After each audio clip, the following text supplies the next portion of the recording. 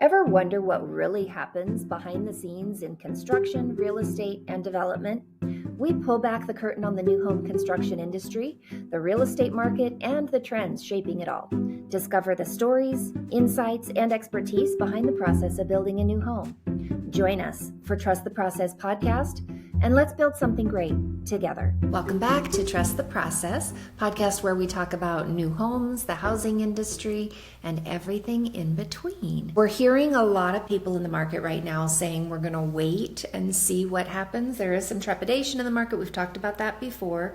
And so one of the key phrases that we hear is we're going to wait and see what happens with the market. And there are some pros and cons to that. Obviously, we don't know what the market will do moving forward, but what we do know is what's happening right now in terms of the cost. There is a cost associated with these people who are waiting. And so how are builders waiting that out? What cost is it having on the market and the industry as a whole? And what are buyers losing by holding out for the who knows what is to come? So kind of wanted to get your take on that and just have a conversation about what we think. Is there a cost associated with the wait and see method?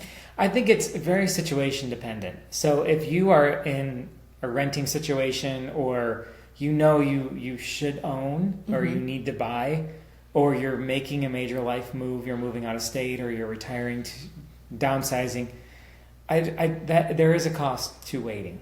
I think of it, the squirrel that runs in the road and is terrified of which direction and then gets run over. Yeah. Because it's just analysis paralysis, and there is a cost to sitting in the road deciding on which side of the road you're going to go run to. Get out of the road. So, but there are situations, especially people that have golden handcuffs on, low interest rates and things in their home. We're going to wait to upsize. We're going to wait to downsize. We're going to wait to make that move, whatever it is. We're going to wait for our dream home. In that regard, as much as I hate to admit it, I don't think that there is a cost to waiting on that. I feel that the market is uncertain. If the market did get soft, 5 or 10%, you feel that on the home you're in right now, but you're going to feel it on the buy side, assuming that you're kind of trading in the same market. And the cost might be the inconvenience of living there. Maybe now you've had another baby and now the kids are sharing a room, or somebody's moved back home and the house is shrinking. So there's a lifestyle that they're sacrificing on some level. Right. Yeah, there's a sacrifice there that has a cost associated with it. But in terms of the suffering monetarily, I think that if you don't already own something and you're in the same city, you have gainful employment, and you need to buy something, and you're spending an exorbitant amount of money on rent, but you're just stuck on these rates, or you're stuck on home prices, or you're thinking there's something cataclysmic around the corner. I've heard people, a broken clock is right twice a day, right? So eventually the bears are going to be right eventually. But how right are they? So right now there are bears basking in the glory of saying, well, buyers outweigh sellers right now, outnumber sellers, so it is a more favorable time to purchase a home. Yes, but you could have been 3 years down the road of a mortgage. You probably would have paid a 5% correction right now. It takes us back to the end of 2023. If you were waiting from 21, you still are paying more. Yeah. And you're psychologically feeling and some better. of those people are waiting for prices to drop. Right.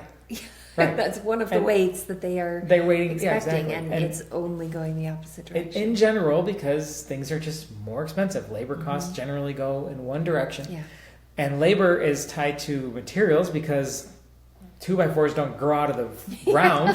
They have to be harvested, milled and sold and transported. I mean, all labor trickles into all of those things, and in general, wages have one line. I mean, it's kind of like gas prices, right? I mean, it's a fixed commodity, and they might have little tiny dips here and there, but for the most part, it moves in one line. So I think that in my experience on the brokerage side, when someone says they're waiting and they're blaming the market, they're not ready. They're not ready. They don't have the money. They don't have the credit score. Whatever it is. They're blaming the market for the reason why they're waiting, but that's not generally. Or blaming the market in this case for the fear that they can't overcome about moving forward. Which tells you that they can't afford. Yeah. So they're not ready to have a $2,800 house payment versus $2,200 in rent, which is okay. But to blame it on the market is not correct, because you would never, first of all, the tax savings right there is going to eat up the extra $600 just what you're going to save in income tax and property tax deductions and the pride of ownership. So if you're not ready for the 20, that's fine, but don't blame it on the market. You're not suddenly going to wake up one day and go, oh my gosh, the exact same house to buy again will be $2,200. Yeah, exactly. So the rates dropped from 7 to 4, and home values didn't change at all. They didn't jump proportionately. They didn't get into a seller's market where you're paying over appraisal and you're fighting for a limited stock of homes. So I think that, to me, that's the frustrating part, that you can't tell somebody that they're ready to do something that they're not. You can't tell. You hear me tell the agents that work for the brokerage all the time, don't want it more than they do. Yeah. They have to want it. If they don't want it, then what are you wasting your breath for? You're just losing credibility by trying to cajole somebody that's not ready. So and what about from a builder's perspective, when somebody's when the market does have a wait, right? There has been a moment of pause, and there's a little wait in the market. Sure. There's a little wait in the sales world. So how do you pivot for that? So this is a great I'm going to spin the word wait. To me, I can wait for this home to sell for this dollar amount that I picked arbitrarily. Or I can move the inventory, because I'm in the business of building and selling homes. So I can wait all I want. Oh, I'm going to wait for the market to turn. I'm going to hold on. This house is costing me $11,000 a month, but I'm going to hold on. I'm going to hold on and wait. Or making pricing decisions. We launched one 2 days ago, and I wanted to go $100,000 higher, and I didn't. I stuck where it was. I wanted to be into that next pricing threshold. And I just thought, you know what, I have more coming, and this is still a good project. If it sells for this, or even 10% below what this is, it's still a successful project. So I can wait all I want, or I can be in the business of building and selling homes. Building and selling, and the transaction hasn't finished. You could build and build and build, but until it sells, that's that key it's point. Still on your plate. That last spoke. So I like to look at it that way. So I practice what I preach. Say, I'm not going to wait. Because I could just say, oh, I'm going to wait. Rates have kind of, been a little bit elevated right now, more than I thought, higher for longer. And I could just say, I'm going to wait. I'm going to wait until the rates come down into the high fives, and then this house will sell for this. Yeah, but you've also paid a lot of money in carrying costs and tied up a lot of cash in that deal that could be deployed in other avenues. So I'm not a fan of waiting. On the buy side, I don't wait to buy land. I don't wait to sell homes. I find my own kind of comfortable spot and go, I'm not going to push the market. It's all contingent on how the market's doing at that time. But in softer markets like we're in now, I'm not going to sit around and wait. And it's an interesting thought, because I'm not going to sit around and wait is hinged on the buyers. I mean, buyers are waiting for you to drop your price, and you're saying, I'm not going to drop, I'm not, right? It kind of, they're So who's going to blame cyclical first? Somehow that they really rely on one another. So who's gonna break? Who's gonna look for that? And I like to be ahead of the market, so I like to not even have to come to that point, because I want to price it right the first time. But I also don't have any opposition to finding the market. Yeah. If that means price reduction, and it changes. The market we know is ever moving, so you have to make price changes and fluctuate a little bit with that, and hopefully catch the attention of that person who's sitting on the fence. Yeah, sometimes you just have to be a smoking, screaming good deal. And when homes are costing you money to sit on your inventory, it's different when we have stuff that's not done and we have it listed through our builder director and Zillow and things like other, new home source. Sure. And I'm not as motivated on those because I can't sell it right now anyway. It's not done. But when they're done, okay, let's get this thing going. Let's make sure that we're the next one to sell in this zip code for this price, in this price point. So that's kind of, I spin it on myself. Yeah. And the one that we have right now, coming up with some different ideas, different incentives, different things that we can do to try and move the needle, which has been, fun and kind of exciting. I like having to be more competitive. We have two actually that are completely done, and we're getting creative on one. The other one's in a different price point where I think we're going to be okay, or it's a price point that I could technically rent out if I had to. It's in the $800,000 range, so it's okay. But 1.8, I don't want to rent that out. 1.9, I don't want to rent that out. So I have to find catching price the discovery. dangling a carrot in a way that catches the attention of that potential. I'm going to wait it out, right? I mean, just to say, how much do you want to wait? Relationships are entirely reliant. Right. And thankfully with luxury builds, we have a lot of uniqueness, whereas when we have brokerage clients that are selling one of many homes that all kind of fit that same box, you know, well, the cost of a buyer waiting in a market that's soft, they're probably not going to pay more in 6 months. And if your home's not perfect, then they're just not going to jump. Yeah. We just had that discussion today. Just if you're not compelling, you're not pushing that buyer into the next zone of where they're ready to pull the trigger. So on our luxury builds, first of all, we don't have production builders competing with us in that price point, the 1.8 to 2.5. And they're one-offs. There's just one custom. here They all and there. have deep, neat lots, so you get the feeling that you might want to jump on this. You might not want to wait. If you are ready, go ahead and go for it. So that's what I have to appeal to. And we have to get more creative and throw in a $12,000 golf cart, which we're going to do. Which we did. That was, throw it in. We'll throw it in. Yeah, brand new golf. A fun addition in a golf cart, or, you know, in a golf course community. Let's find a little niche that is going to stand out. And there's not a ton of inventory in there, but there's also not a ton of turnover. There's not a ton of buyers that circle through there. It's not like some other zip codes that have people moving here, locals that are upsizing, downsizing, or moving around or whatever. They don't have. It doesn't have that type of critical mass yet in that price point in that area. So you just got to stand out. Yeah. All right. So there is a cost associated for sure on both sides. I mean, I think that, you know, they're missing, those buyers that aren't quite ready are missing great homes. There's the other side that says if everybody's on the fence, now's the time to jump in because there's so much inventory. There's so much available. So it you know, there's a pro and a con to it. They may not be able to find the home they want by the time they're ready to make the decision because all the best inventory will be gone. We've been in this business long enough to know that as fast as it changes, it changes. It changes. And it changes under your feet. Yep. And you don't really know until you look backwards on the market. Now we're looking back the last 30 to 45 days going, oh, it really has been a buyer's market. I mean, it feels like a buyer's market. Maybe the data would argue, and I know it's all... I don't know, though, the data supports. I mean, when we're looking at the analytics and some of that data out there, there's been this last 60 days there's a lot of shift that is happening. It's been a weird spring. This is normally, but I think we knew that was going to happen. We did. A lot of sellers are saying, well, let's just wait till spring and list it. Yep. No surprises. Same thing too. Cost of waiting, you're waiting for more of your neighbors to be selling as well. Right. So I think, you've been in this business long enough to know that in 3 to 4 months, it could be a completely different story. And all those people are going to say, well, when we were looking a few months ago, I felt like there were so many more options. Yeah. And now what? Now I guess this one will do. It's picked up. Yeah. So one thing that, you know, in Clark County, in our metro, 15% of homes that transacted last month were new construction across all price points. So they are way overrepresenting the market because new construction is only about maybe 7-8% of the market that transacts every year.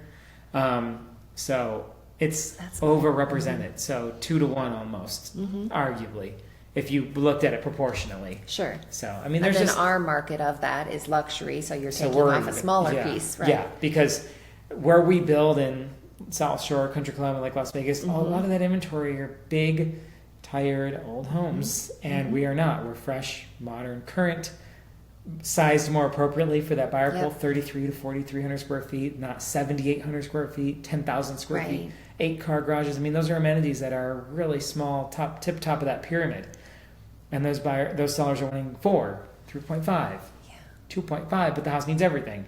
The pool's 20 years old. The pump is dead. The AC is ready to go. I mean, the home represents a $100,000 bill when you buy it. You know, you're going to be changing some major components in the house, and there's a lot of them. There's 3 water heaters instead of 1 or 2. So that's the niche that we're in, and that's what helps me sleep at night. But I'm ready to be more competitive. I'm going to have to be more competitive. So I think the biggest example of the losing, you know, the cost of wait and see are people that didn't do it.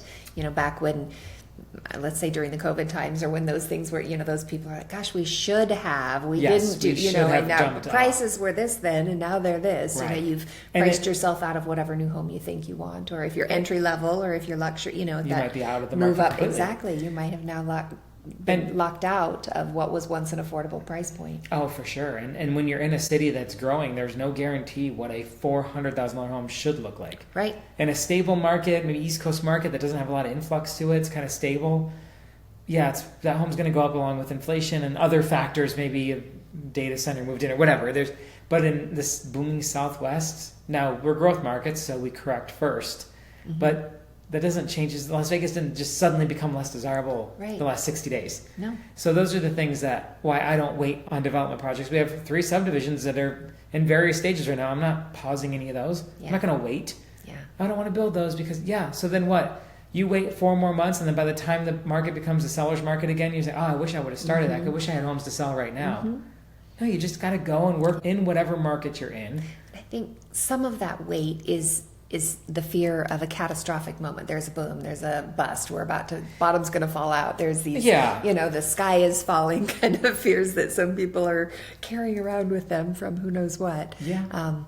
And I don't think that's where we're headed. The squirrel in the middle of the road. I've never let fear, you can't let fear dictate your decision making. I mean, you can let it inform certain decisions within that plan. Okay, if you're a little afraid of the market, then maybe scale down your product offering or dial down the spec level, or do 4 out of the 6 instead of 6 out of 6 if you're going to do a 6. Or, that's a thought, yeah. Scale it down a little bit to let the market kind of absorb it a little bit more. But you can't just get out. I mean, then just don't. You can't be a fair weather builder. You can't just say, let me build in seller's markets. Oh, that'd be great. That's good. That's actually a great business model. That's a good model. Yeah, it's an infinite money printing machine.